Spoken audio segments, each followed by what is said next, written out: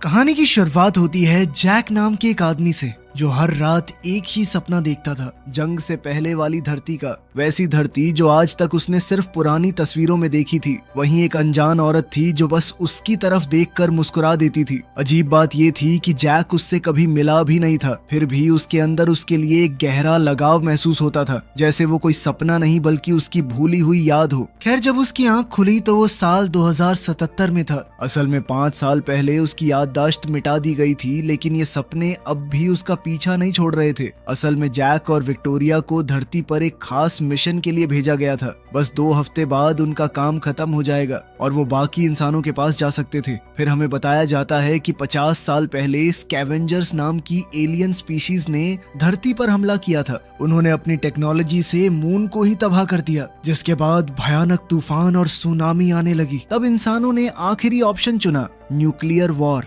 जिसके सहारे जंग जीत तो ली गई, लेकिन धरती रहने लायक नहीं बची। अब जो लोग जिंदा बचे थे उन्होंने अर्थ छोड़ दी और अंतरिक्ष में एक टेम्पोररी स्टेशन बनाया गया जिसका नाम था TET। वहीं से इंसानों को सैटर्न के मून टाइटन पर शिफ्ट किया गया। लगभग सब लोग जा चुके थे और सिर्फ जैक और विक्टोरिया धरती पर बचे थे। उनका मिशन हाइड्रो रिग्स की सुरक्षा करना था। ये विशाल मशीन्स पानी को एनर्जी में कन्वर्ट करती थी और अब पूरी इंसानी प्रजाति का जीवन इसी एनर्जी पर टिका हुआ था। लेकिन दिक्कत अब भी खत्म नहीं हुई थी। असल में कुछ स्कैवेंजर्स अब भी धरती पर मौजूद थे और वो लगातार हमले करते रहते और ड्रोन्स को तबाह करते थे। खैर, विक्टोरिया टाइटन जाने को लेकर काफी खुश थी, लेकिन जैक के लिए धरती अब भी घर जैसी लगती थी। कुछ देर बाद जैक अपने पेट्रोल वेसल में बैठा था। उसने एक एक करके सारे सिस्टम्स एक्टिवेट किए और फिर विक्टोरिया से कम्युनिकेशन चेक की और अगले ही पल उसके एयरक्राफ्ट ने उड़ान भर ली। इसके बाद जैक ने हाइड्रो रिग्स को देखकर बताया कि सब कुछ नॉर्मल लग रहा है, लेकिन तभी विक्टोरिया की आवाज आई कि हमारे 2 ड्रोन्स डाउन हो गए हैं। फिर मिशन कंट्रोल तुरंत ऑनलाइन आया और विक्टोरिया ने TET से संपर्क बनाया। उसने सैली को ड्रोन्स के तबाह होने की खबर दी। फिर उसने जैक के एयरक्राफ्ट को ड्रोन बीकन से लिंक कर दिया ताकि वो सीधे उनकी लोकेशन तक पहुंच सके। अब जैक ड्रोन के बीकन का पीछा करते हुए एक भयानक तूफान के अंदर पहुंच गया। आसमान में लगातार बिजली चमक रही थी। तभी अचानक एक तेज बिजली उसके एयरक्राफ्ट से टकराई और कुछ पल के लिए उसका कंट्रोल पूरी तरह चला गया। उसका एयरक्राफ्ट सीधा नीचे गिरने लगा। वहीं दूसरी तरफ विक्टोरिया मिशन कंट्रोल को समझाने की कोशिश कर रही थी कि कई ड्रोन्स की मरम्मत करने के लिए नए पार्ट्स की जरूरत थी, लेकिन मिशन कंट्रोल ने सीधा कहा कि आज का काम है ड्रोन 166 की मरम्मत करना और ड्रोन नंबर 172 को ढूंढना। उधर जैक का एयरक्राफ्ट हवा में बुरी तरह घूम रहा था। कुछ ही पलों में वो जमीन से टकराने वाला था, लेकिन आखिरी पल पर उसने दोबारा कंट्रोल पा लिया और एयरक्राफ्ट को संभालकर ऊपर खींच लिया। फिर कुछ देर बाद वो पहले ड्रोन की लोकेशन तक पहुंच गया। लैंडिंग से पहले विक्टोरिया ने उस इलाके में स्कैवेंजर एक्टिविटी चेक की, लेकिन कुछ भी ढंग से दिखाई नहीं दे रहा था। फिर जैक ड्रोन के पास लैंड हुआ, जरूरी औजार निकाले और विक्टोरिया से उस पर नजर रखने को कहा। जब वो ड्रोन की मरम्मत कर रहा था और कॉम्स पर विक्टोरिया से बात कर रहा था, तब हम देखते हैं कि कोई दूर से उसे देख रहा था। विक्टोरिया ने उससे कहा कि ड्रोन अब ठीक नहीं हो सकता, लेकिन फिर जैक ने अपनी च्युइंग गम का इस्तेमाल किया और किसी तरह सिस्टम दोबारा चालू कर दिया। अब जैसे ही ड्रोन एक्टिवेट होने वाला था तो विक्टोरिया को मॉनिटर्स पर कुछ अजीब दिखा। तब जैक तुरंत पीछे मुड़ा, लेकिन सामने बस एक कुत्ता खड़ा था। फिर अगले ही पल ड्रोन ऑनलाइन आ गया। जैक ने जल्दी से कुत्ते को वहां से भगाया ताकि ड्रोन उसे मार न दे। फिर उसने ड्रोन को अपनी ID दी और ड्रोन ने उस पर हमला नहीं किया। इसके बाद ड्रोन ने आसपास का इलाका स्कैन किया, खासकर उस जगह को जहां से कोई छुपकर जैक को देख रहा था, लेकिन कुछ मिलने से पहले ही वो तेज रफ्तार से उड़ा और वहां से निकल गया। फिर कुछ देर बाद जैक लंच करते हुए विक्टोरिया से स्कैवेंजर्स के बारे में बात कर रहा था। उसका मानना था कि अब वो पहले से ज्यादा हिम्मती हो गए थे, लेकिन विक्टोरिया ने ठंडे अंदाज में कहा कि हमारे जाने के बाद यहाँ सिर्फ धूल और रेडिएशन बचेगा। लेकिन जैक अब भी रुकने को तैयार नहीं था। उसने दूसरे ड्रोन को जमीन पर ढूंढने का फैसला किया और अपनी बाइक लेकर निकल पड़ा। वो एक सुनसान और बर्बाद इलाके से गुजर रहा था जहाँ कभी पानी हुआ करता था। तभी उसे आगे कहीं से ड्रोन का एक कमजोर सिग्नल मिला, लेकिन ड्रोन नजर नहीं आ रहा था। फिर ध्यान से देखने पर उसे एक बड़ा गड्ढा दिखा और उसे लगा ड्रोन शायद उसी के अंदर गिर गया था। तब जैक ने विक्टोरिया को बताया कि वो अंदर जाकर ड्रोन को ढूंढेगा। विक्टोरिया ने उसे चेतावनी दी कि 15 मिनट बाद TET ऑफलाइन हो जाएगा और फिर वो बिल्कुल अकेला रह जाएगा। मगर जैक ने एक रस्सी अपनी बाइक से बांधी और धीरे धीरे नीचे उतरने लगा। वहीं दूर कहीं स्कैवेंजर्स अब भी उस पर नजर रखे हुए थे। हालात को देखते हुए विक्टोरिया ने उसकी लोकेशन पर ड्रोन बैकअप भी रिक्वेस्ट कर दिया। इधर जैक संभाल कर नीचे उतरता रहा। अब उसे ड्रोन की आवाज साफ सुनाई देने लगी थी और कुछ देर बाद उसने उसे देख भी लिया, लेकिन तब तक कम्युनिकेशन टूट चुकी थी। मिशन कंट्रोल अब उसकी आवाज नहीं सुन पा रहा था। जैसे ही जैक ड्रोन की तरफ बढ़ने लगा तो अचानक उसका बैलेंस बिगड़ गया और वो गिरते गिरते बचा। फिर उसने एक टूटे हुए मलबे के हिस्से को ब्रिज की तरह इस्तेमाल किया और धीरे धीरे ड्रोन की तरफ बढ़ने लगा। आखिरकार जैक सिग्नल तक पहुंच गया, लेकिन वहां ड्रोन नहीं था, सिर्फ उसका बीकन पड़ा हुआ था। तभी अचानक स्कैवेंजर्स ने उसे पकड़ लिया और रस्सी के सहारे अपनी तरफ खींचने लगे। कुछ पल के लिए लगा कि जैक अब बच नहीं पाएगा, लेकिन उसने तुरंत अपनी बंदूक निकाली और रस्सी पर गोली चला दी। फिर रस्सी टूट गई और वो उनके चंगुल से निकल गया। अब जैक को आसपास कुछ स्कैवेंजर्स दिखने लगे। उसने बिना वक्त गवाए उन पर फायरिंग शुरू कर दी, लेकिन तभी अचानक स्कैवेंजर्स ने उस बीम को ही खींच लिया जिस पर जैक खड़ा था। अब जैक ने पूरी ताकत लगाकर सामने की तरफ छलांग लगाई और किसी तरह गैप पार कर गया, लेकिन स्कैवेंजर्स अब भी उसका पीछा कर रहे थे और धीरे धीरे उसके करीब पहुंच रहे थे। फिर दूसरी तरफ पहुंचते ही जैक ने खुद को रस्सी से बांध लिया और ऊपर खींचने लगा। सब कुछ ठीक लग रहा था, लेकिन तभी किसी ने नीचे से गोली चला दी और रस्सी टूट गई और अगले ही पल जैक सीधा गड्ढे के अंधेरों में जा गिरा। अब हालात पूरी तरह बदल चुके थे। स्कैवेंजर्स उसकी तरफ बढ़ रहे थे और जैक के पास बचने का कोई रास्ता नहीं था। लेकिन तभी अचानक एक ड्रोन वहां आ पहुंचा। उसने पूरे इलाके को स्कैन करना शुरू किया और बिना चेतावनी दिए फायरिंग कर दी। कुछ ही पलों में पूरा इलाका धमाकों से भर गया। ड्रोन ने एक एक करके सारे स्कैवेंजर्स को खत्म कर दिया। ये वही ड्रोन नंबर 166 था। इसी बीच जैक को जमीन पर एक किताब मिली। पता नहीं क्यों, लेकिन उसने उसे अपने साथ रख लिया। फिर काफी मुश्किल के बाद जब वो वापस ऊपर पहुंचा तो उसने देखा उसकी बाइक गायब थी। स्कैवेंजर्स उसे चुरा कर ले जा चुके थे। खैर, किसी तरह जैक घर वापस लौट आया। फिर जब वो नहा रहा था तब उसके दिमाग में एक और पुरानी याद चमकी, इस बार न्यूयॉर्क की। ये सपने अब धीरे धीरे ज्यादा असली लगने लगे थे।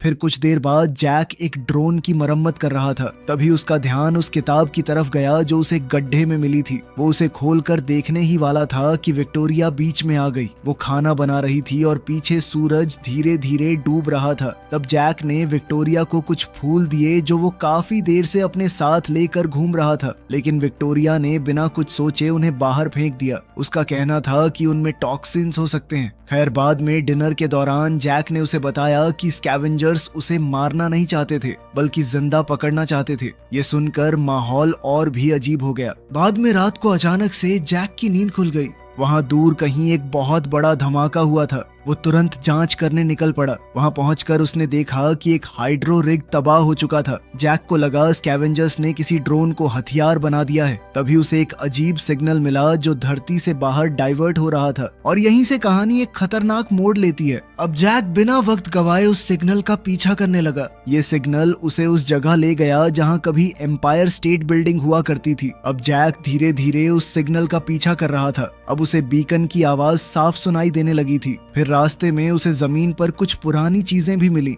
बिल्कुल वैसी जैसी उसके सपने में आती थी। फिर ध्यान से देखने पर जैक को समझ आया कि बीकन पूरी बिल्डिंग को एंटेना की तरह इस्तेमाल कर रहा था। उधर विक्टोरिया उस सिग्नल को समझने में लगी थी। फिर कुछ देर बाद उसने बताया कि ये एक सेट ऑफ कोऑर्डिनेट्स थे जो किसी सुनसान और अनजान जगह की तरफ इशारा कर रहे थे। तब जैक ने बीकन बंद कर दिया, लेकिन उसके दिमाग में सवाल और बढ़ गए। इसके बाद उसने अपनी नॉर्मल पेट्रोलिंग जारी रखी, जिस दौरान वो रेडिएशन बॉर्डर के बहुत ज्यादा नजदीक पहुंच गया। पर घर लौटने से पहले उसने एक और काम किया। उसने पेरीमीटर चेक किया और फिर कॉम्स ऑफ कर दिए, जैसे वो किसी से छुपकर कहीं जा रहा हो। कुछ देर बाद जैक एक खूबसूरत इलाके के अंदर पहुंचा। वहां एक शांत से तालाब के पास एक पुराना घर था। उसने अपना एयरक्राफ्ट लैंड किया और अंदर जाकर लाइट्स ऑन कर दी। ये जगह बिल्कुल अलग थी, जैसे बर्बाद दुनिया के बीच किसी ने पुरानी धरती का एक टुकड़ा संभाल कर रख दिया हो। फिर जैक ने रास्ते से उठाई हुई छोटी छोटी चीजें घर के अंदर संभाल कर रख दी, जैसे वो किसी गुम हो चुकी सभ्यता की याद इकट्ठा कर रहा हो। फिर उसने एक पुराना लेड जेपलिन का रिकॉर्ड चालू किया। म्यूजिक धीरे धीरे पूरे घर में गूंजने लगा।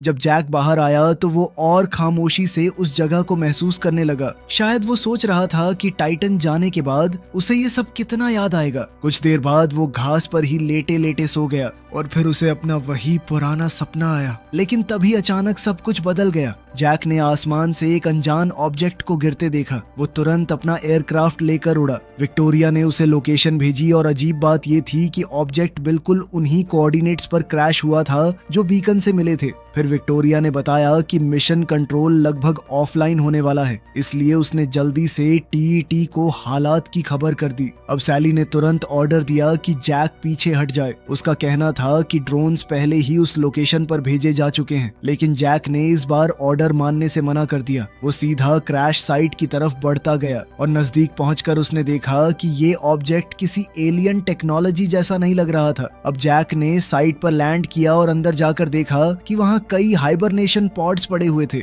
उनके अंदर असली इंसान मौजूद थे। तब जैक ने तुरंत विक्टोरिया को बताया कि उसे 5 ह्यूमन सर्वाइवर्स मिले हैं और फिर उसने आखिरी पॉड देखा और उसके होश उड़ गए। उस पॉड के अंदर वही औरत थी जो उसे सपनों में बार बार दिखाई देती थी, लेकिन असली शौक अभी बाकी था। अचानक ड्रोन्स वहां आ पहुंचे और बिना कुछ सोचे पॉड्स को तबाह करना शुरू कर दिया। फिर जैक ने उन्हें रुकने का ऑर्डर दिया, लेकिन ड्रोन 166 ने तो उसी पर टारगेट लॉक कर लिया था। कुछ पल के लिए लगा कि ड्रोन अब जैक को भी मार देगा, लेकिन फिर उसने जैक की आईडी क्लियर कर दी। लेकिन मुसीबत खत्म नहीं हुई थी। ड्रोन अब भी उस पॉड को तबाह करना चाहता था जिसमें वो औरत थी। तब जैक उस पॉड के सामने खड़ा हो गया और अगले ही पल उसने ड्रोन पर फायरिंग कर दी। उधर दूर कहीं स्कैवेंजर्स फिर से ये सब देख रहे थे। जैक जल्दी से पॉड को खींचकर अपने एयरक्राफ्ट तक लाया और बड़ी मुश्किल से वहां से निकल पाया। फिर कुछ देर बाद वो घर पहुंचा तो विक्टोरिया ने तुरंत दरवाजा खोला और दोनों ने मिलकर पॉड को खोला। फिर विक्टोरिया ने जैक से मेडिकल किट लाने को कहा। उसका मानना था कि उन्हें तुरंत टीईटी को खबर करनी चाहिए, लेकिन जैक ने उसे ड्रोन्स के हमले के बारे में बताया। जैसे ही दोनों बात कर रहे थे कि तभी अचानक पॉड के अंदर मौजूद औरत होश में आ गई। वो जोर जोर से उल्टी करने लगी।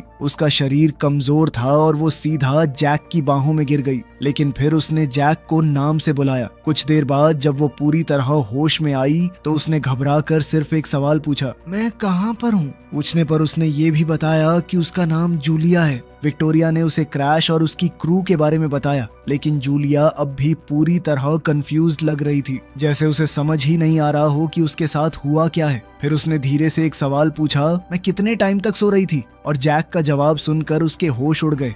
60 साल। फिर कुछ देर बाद तीनों साथ बैठकर लंच कर रहे थे। तब जैक ने जूलिया से उस बीकन और उसके मिशन के बारे में पूछना शुरू किया। जूलिया ने बताया कि उसे अपनी शिप से फ्लाइट रिकॉर्डर लाना होगा। शायद उसमें सारे जवाब थे, लेकिन विक्टोरिया ने उसे साफ कह दिया कि पिछले 60 सालों में धरती पूरी तरह बदल चुकी थी। फिर दोनों ने जूलिया को एलियंस के कब्जे के बारे में सब कुछ बताया कि कैसे जंग हुई, कैसे इंसान टाइटन और स्पेस स्टेशन पर शिफ्ट हो गए। ये सब सुनकर जूलिया शॉक में थी। तभी उसकी नजर जैक और विक्टोरिया के हाथ पर पड़ी और वो हल्की सी हंसी हंस पड़ी। लेकिन विक्टोरिया को जूलिया बिल्कुल पसंद नहीं आ रही थी। उसकी आंखों में एक अजीब बेचैनी थी। फिर कुछ देर बाद जैक और विक्टोरिया अकेले बात कर रहे थे। विक्टोरिया ने सीधा कह दिया कि वो जूलिया को यहाँ नहीं रखना चाहती। तब जैक ने उससे एक अजीब सवाल पूछा, क्या तुम्हें मिशन से पहले का कुछ याद है? क्या तुम उसे पहचानती हो? ये सुनते ही विक्टोरिया गुस्सा हो गई। उसने जैक को याद दिलाया कि जूलिया का बीकन ही स्कैवेंजर्स को उन तक ले आया था और अब स्कैवेंजर्स उनका घर तक ढूंढ चुके थे।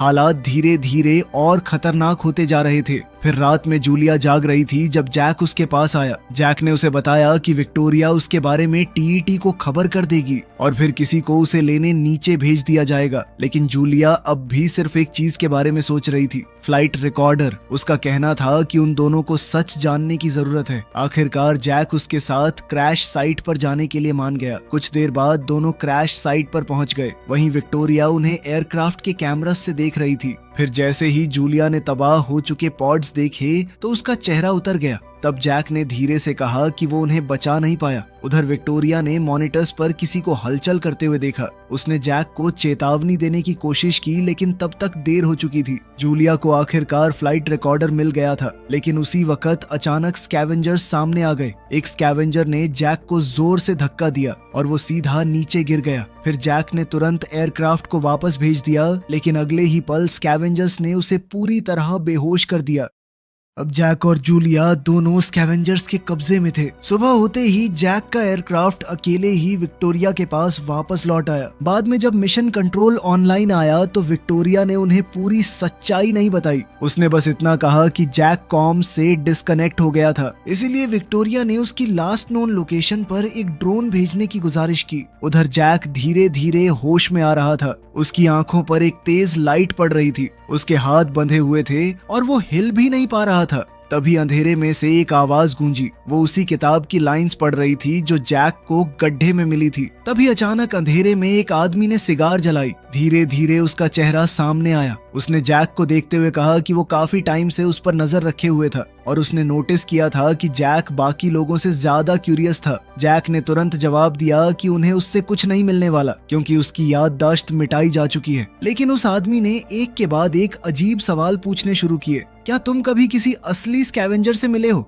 क्या तुम कभी रेडिएशन जोन के अंदर गए हो? क्या तुमने कभी ज्यादा सवाल पूछने की कोशिश की? मगर जैक के पास इन सवालों का कोई जवाब नहीं था। तभी अचानक लाइट्स ऑन हो गईं और जैक ने जो देखा उससे उसके होश उड़ गए। वो पूरी बिल्डिंग इंसानों से भरी हुई थी, असली इंसान। ये देखते ही जैक पूरी तरह कंफ्यूज्ड हो गया। तब उस आदमी ने अपना नाम बताया, बीच। बीच ने जैक को समझाया कि वो लोग स्कैवेंजर्स नहीं बल्कि बचे हुए इंसान थे और उन्हें ड्रोन्स से छुपकर रहना पड़ता था क्योंकि ड्रोन्स को इंसानों को मारने के लिए प्रोग्राम किया गया था। फिर बीच ने उससे पूछा कि उसने जूलिया को ड्रोन से क्यों बचाया। तब जैक ने सीधा जवाब दिया कि कोई भी होता तो यही करता। तभी एक और आदमी उनके पास आया। उसका नाम साइक्स था। उसने चेतावनी दी कि ड्रोन जैक को ट्रैक करते हुए यहाँ तक पहुँच सकता है। उधर विक्टोरिया मिशन ड्रोन का डेटा चेक कर रही थी तो सैली ने कंफर्म किया कि वो जैक ही था। इधर बीच के आदमियों ने जैक की रस्सियां खोल दी और उसे नीचे अपने अंडरग्राउंड बेस में ले गए। वहां बीच ने जैक को सच बताया।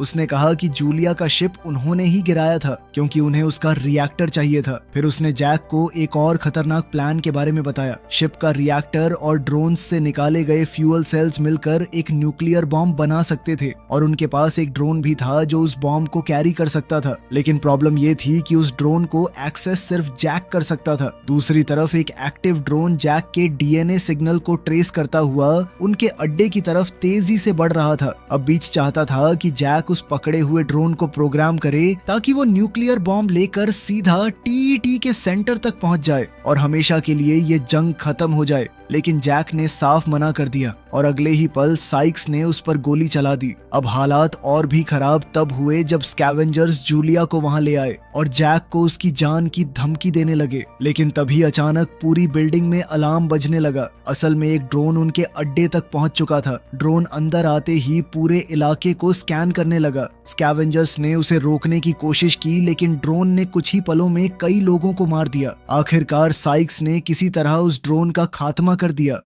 उधर विक्टोरिया और मिशन कंट्रोल ने कंफर्म किया कि ड्रोन ऑफलाइन हो चुका था। फिर हालात देखते हुए विक्टोरिया ने 2 और ड्रोन्स की रिक्वेस्ट भेज दी और अजीब बात यह थी कि उस वक्त जैक भी बीच को वही बात बता रहा था। स्कैवेंजर्स समझ गए थे कि अब वहां रुकना खतरे से खाली नहीं था, इसलिए उन्होंने जैक और जूलिया को जाने दिया। लेकिन जाने से पहले बीच ने जैक को एक ऐसी बात कही जिसने उसके अंदर और भी ज्यादा सवाल पैदा कर दिए। उसने कहा कि अगर जैक सच जानना चाहता है तो उसे रेडिएशन जोन के अंदर जाना होगा। फिर कुछ देर बाद जैक और जूलिया एम्पायर स्टेट बिल्डिंग की तरफ जा पहुंचे। वहां पहुंचकर जैक ने विक्टोरिया को मैसेज भेजा कि वो जिंदा है। विक्टोरिया ने तुरंत मिशन कंट्रोल को खबर दी ताकि बाकी ड्रोन्स को वापस बुलाया जा सके और फिर उसने जैक का एयरक्राफ्ट उसकी लोकेशन की तरफ भेज दिया। जब तक एयरक्राफ्ट उन तक पहुंचता तब जैक के दिमाग में सिर्फ एक ही सवाल घूम रहा था, तुम असल में हो कौन? तब जूलिया ने धीरे धीरे सच बताना शुरू किया। उसने बताया कि वो जिस मिशन पर थी वो असल में टाइटन के लिए एक रिसर्च फ्लाइट थी, लेकिन लॉन्च से सिर्फ 6 हफ्ते पहले उनके सेंसर्स ने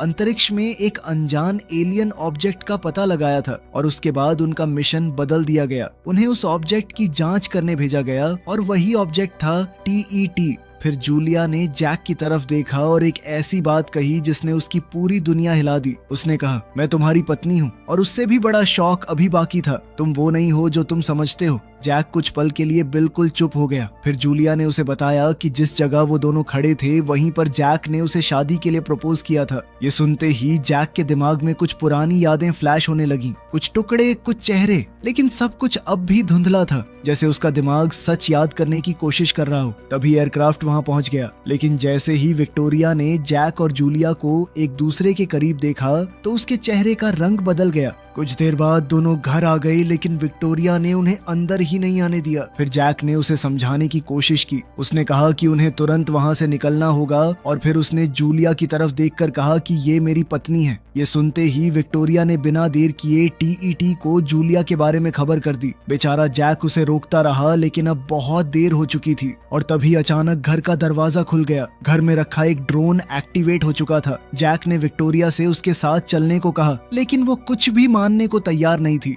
न वो जैक की बातों पर यकीन कर रही थी और न सच कबूल कर पा रही थी। अगले ही पल ड्रोन ने फायरिंग कर दी और विक्टोरिया वहीं मारी गई। ड्रोन अब धीरे धीरे जैक की तरफ बढ़ने लगा। वो उसे भी मारने वाला था, लेकिन तभी जूलिया ने फायरिंग करके ड्रोन को तबाह कर दिया। इसके कुछ देर बाद जैक ने आखिरकार टीईटी से सीधी बात की। उसने कहा कि वो जैक और जूलिया को अंदर लाना चाहते हैं ताकि उन्हें एक नया मिशन दिया जा सके। अब सब कुछ साफ होने लगा था। तभी जैक और जूलिया तुरंत घर छोड़कर निकल गए, लेकिन टीईटी ने उनके पीछे ड्रोन्स भेज दिए और यहीं से शुरू हुई एक खतरनाक चेस। ड्रोन्स लगातार उनका पीछा कर रहे थे। बचने के लिए जैक सीधा तूफान के अंदर घुस गया ताकि बिजली ड्रोन्स पर गिर सके। कुछ पल के लिए ड्रोन्स रुक भी गए, लेकिन फिर दोबारा उनके पीछे आ गए। तब जैक ने एयरक्राफ्ट को एक झरने के पीछे छुपा दिया। इसकी वजह से ड्रोन्स कुछ पलों के लिए कंफ्यूज हो गए। बस वही मौका था कि जैक अचानक पीछे से निकला और 2 ड्रोन्स को उड़ा दिया। लेकिन आखिरी ड्रोन इतनी आसानी से खत्म होने वाला नहीं था।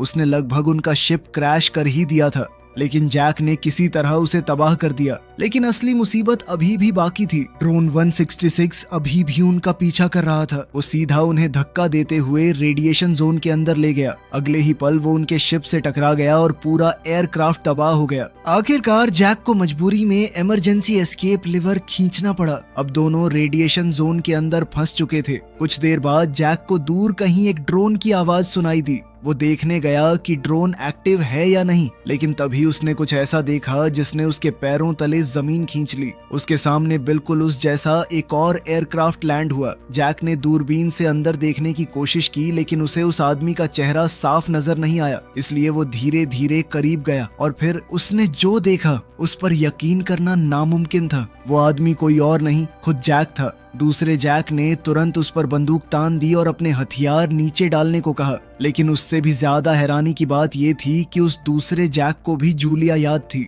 जैसे वो भी वही आदमी हो। जल्द ही दोनों जैक्स के बीच लड़ाई शुरू हो गई। पहले दोनों बंदूक के लिए लड़ने लगे और फिर बात सीधा हाथापाई तक पहुंच गई। अब दोनों एक दूसरे को बुरी तरह मार रहे थे, जैसे दोनों को समझ ही नहीं आ रहा हो कि सामने वाला दुश्मन है या खुद का ही एक हिस्सा। आखिरकार पहले जैक यानी जैक 49 ने किसी तरह दूसरे जैक यानी जैक 52 को गिरा दिया और उसे हिलने लायक नहीं छोड़ा। लेकिन तभी अचानक से ड्रोन 166 दोबारा से एक्टिवेट हो गया। लेकिन जैक 49 ने बिना वक्त गवाए ड्रोन का फ्यूल सेल निकाल लिया और ड्रोन तुरंत बंद हो गया। उसके बाद जैक ने जूलिया को आवाज लगाई, लेकिन जैसे ही वो उसके पास पहुंचा तो उसका चेहरा उतर गया। उसने देखा कि जूलिया को गोली लग चुकी थी। अब जैक तुरंत उसे उठाकर सुरक्षित जगह ले गया। फिर उसने जैक 52 को बांधा, उसका एयरक्राफ्ट लिया और सीधा उसके बेस की तरफ निकल पड़ा। कुछ देर बाद जब वो वहां पहुंचा तो उसने देखा कि सब कुछ लगभग एक जैसा था। घर, चीजें, हर डिटेल, जैसे किसी ने एक ही जिंदगी को बार बार कॉपी किया हो। अब जैक जल्दी से मेडिकल किट ढूंढने लगा, लेकिन तभी विक्टोरिया 52 उसके सामने आ गई। मगर जैक ने किसी तरह उसे यकीन दिला दिया कि वो उसका ही जैक है। जब वो वापस जूलिया के पास पहुंचा तब तक जैक 52 वहां से भाग चुका था। खैर, जैक ने जूलिया के घावों पर मरहम लगाया, उसे एयरक्राफ्ट तक लेकर गया और फिर उसे अपने तालाब वाले घर में ले आया। कुछ देर बाद जब जूलिया की आंख खुली तो वो पूरी तरह ठीक हो चुकी थी। वो धीरे धीरे घर को देखने लगी और फिर उसने जैक का फेवरेट रिकॉर्ड चालू कर दिया। वही पुराना म्यूजिक एक बार फिर पूरे घर में गूंजने लगा। कुछ देर बाद वो बाहर जैक के पास आई। तब जैक ने उससे एक बात कही जो शायद वो खुद भी स्वीकार कर चुका था। उसने कहा कि वो जानता है कि वो असली जैक नहीं है, लेकिन जितना उसे याद है उसने हमेशा से सिर्फ जूलिया से प्यार ही किया है। फिर जूलिया ने उसकी तरफ देखा और धीरे से कहा, आखिर में इंसान को उसकी यादें ही असली बनाती हैं। ये बात सीधा जैक के दिल तक पहुंच गई। फिर अगली सुबह जैक को आखिरकार समझ आ गया था कि उसे क्या करना है। उसने बीच की मदद करने का फैसला कर लिया था और इस बार जूलिया भी उसके साथ थी। कुछ देर बाद दोनों स्कैवेंजर्स के अड्डे पर जा पहुंचे। बीच उन्हें देखकर खुश हो गया क्योंकि अब उनका प्लान सच में मुमकिन लग रहा था। लेकिन दूसरी तरफ टीईटी भी चुप नहीं बैठा था। वो जैक की पिछली फुटेज की जांच कर रहा था और उसे जैक का डेटा मिल चुका था। फिर अगले ही पल टीईटी ने उनके पीछे 3 ड्रोन्स भेज दिए। उधर जैक पकड़े हुए ड्रोन को प्रोग्राम करने में लगा हुआ था और इसी बीच ने उन्हें पूरी सच्चाई बता दी। उसने कहा कि वो शुरू से सब कुछ देख रहा था, मून की तबाही, धरती की बर्बादी और धीरे धीरे इंसानों का भूख से मरना। लेकिन असली शौक अभी बाकी था। बीच ने बताया कि आखिर में टीईटी ने धरती पर अपनी फौज भेजी थी और उस फौज का हर फौजी बिल्कुल जैक जैसा दिखता था। Astronaut Jack Harper. असल में सबकी याददाश्त मिटा दी गई थी और उन्हें सिर्फ एक काम के लिए प्रोग्राम किया गया था, मारने के लिए। अब जैक को समझ आ रहा था कि वो असल में क्या था, एक क्लोन। तब बीच ने बताया कि टीईटी कोई नॉर्मल एलियन नहीं बल्कि एक इंटेलिजेंट मशीन थी, एक ऐसी मशीन जो प्लैनेट्स की एनर्जी खाकर काम करती थी। लेकिन फिर एक दिन उसने जैक को वो किताब उठाते देखा और फिर जूलिया को बचाते हुए, और वहीं से उसके दिमाग में एक उम्मीद पैदा हुई। शायद जैक बाकी क्लोन्स से अलग था, शायद उसके अंदर अब भी कुछ इंसानियत बची हुई थी। इसीलिए बीच ने उसे सच तक पहुंचाने की कोशिश की। फिर कुछ देर बाद जैक ने आखिरकार ड्रोन एक्टिवेट कर दिया। तब बीच हल्की सी मुस्कुराहट के साथ बोला, काश मैं टीईटी पर होता ताकि बॉम्ब फटने के वक्त वो उसका चेहरा देख पाता। वो जानता था कि वो कभी वापस नहीं आने वाला, लेकिन उसके लिए ये कुर्बानी बहुत गर्व की बात थी। अब स्कैवेंजर्स ड्रोन को उस आखिरी मिशन के लिए तैयार करने लगे। न्यूक्लियर बॉम्ब यानी न्यूक को ध्यान से उसके अंदर फिट किया गया और फिर बेस के बड़े गेट्स धीरे धीरे खोल दिए गए। लेकिन जैसे ही गेट्स खुले तो सबके चेहरे का रंग उड़ गया। टीईटी के भेजे हुए 3 ड्रोन्स पहले से ही बाहर मौजूद थे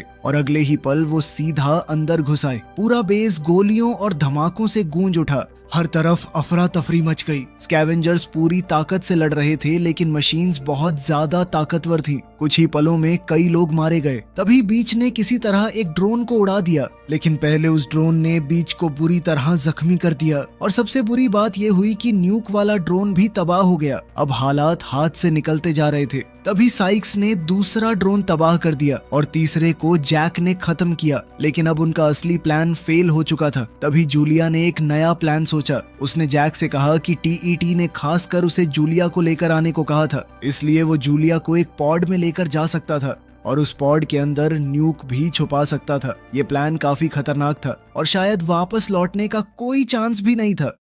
फिर कुछ देर बाद जैक और जूलिया एक पेंटिंग के सामने खड़े थे जो जूलिया को पुरानी धरती और अपने घर की याद दिलाती थी। दोनों बिना कुछ बोले एक दूसरे को देख रहे थे, जैसे दोनों समझ चुके थे कि शायद ये उनकी आखिरी मुलाकात हो। खैर, फिर जैक ने पॉड तैयार किया और जूलिया को उसके अंदर लिटा दिया। पॉड बंद करने से पहले उसने धीरे से कहा, हमारे बारे में सपना देखना, और फिर उसने पॉड बंद कर दिया। जैक उस पॉड को खींचकर अपने एयरक्राफ्ट तक ले गया और मैप को टीईटी की तरफ सेट कर दिया। फिर फ्लाइट के दौरान उसने शिप का पुराना रिकॉर्डिंग चलाया और धीरे धीरे उसकी सारी यादें वापस आने लगी। अब आखिरकार सच सामने आ रहा था। असल में जैक उस मिशन का कमांडर था। सैली कोई एआई वॉइस नहीं थी, बल्कि उस वक्त नासा में एक ऑफिसर थी और विक्टोरिया उसकी को पायलट। जूलिया के साथ बाकी क्रू हाइबरनेशन में थे। फिर रिकॉर्डिंग में जैक और विक्टोरिया पहली बार टीईटी के करीब पहुंच रहे थे, लेकिन तभी उन्हें समझ आया कि टीईटी उनके शिप को अपनी तरफ खींच रहा है। ऐसे खतरनाक हालात देखकर जैक ने तुरंत फैसला लिया। उसने हाइबरनेशन मॉड्यूल एयरक्राफ्ट से अलग कर दिया ताकि क्रू बच सके, लेकिन वो और विक्टोरिया खुद टीईटी के अंदर खींच लिए गए और यहीं सब कुछ बदलने की शुरुआत थी।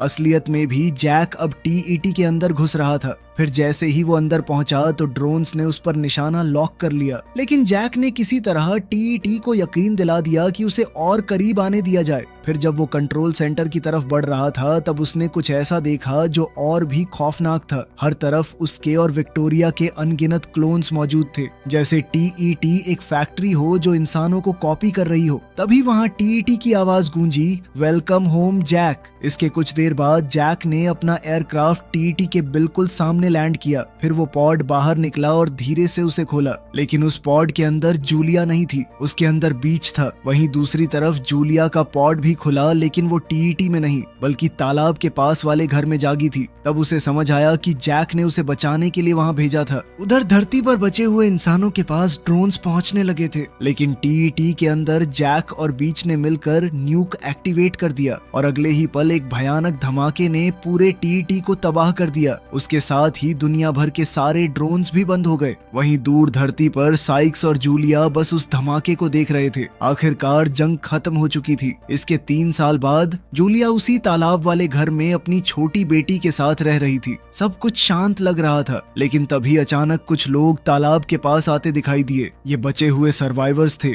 और उनके साथ एक और आदमी भी था, जैक 52। आखिरकार जैक अपनी पत्नी और अपनी बेटी के पास वापस आ चुका था। यहीं कहानी खत्म होती है। वीडियो पसंद आई तो लाइक कर देना, चैनल को सब्सक्राइब कर लेना। मिलते हैं अगली वीडियो में।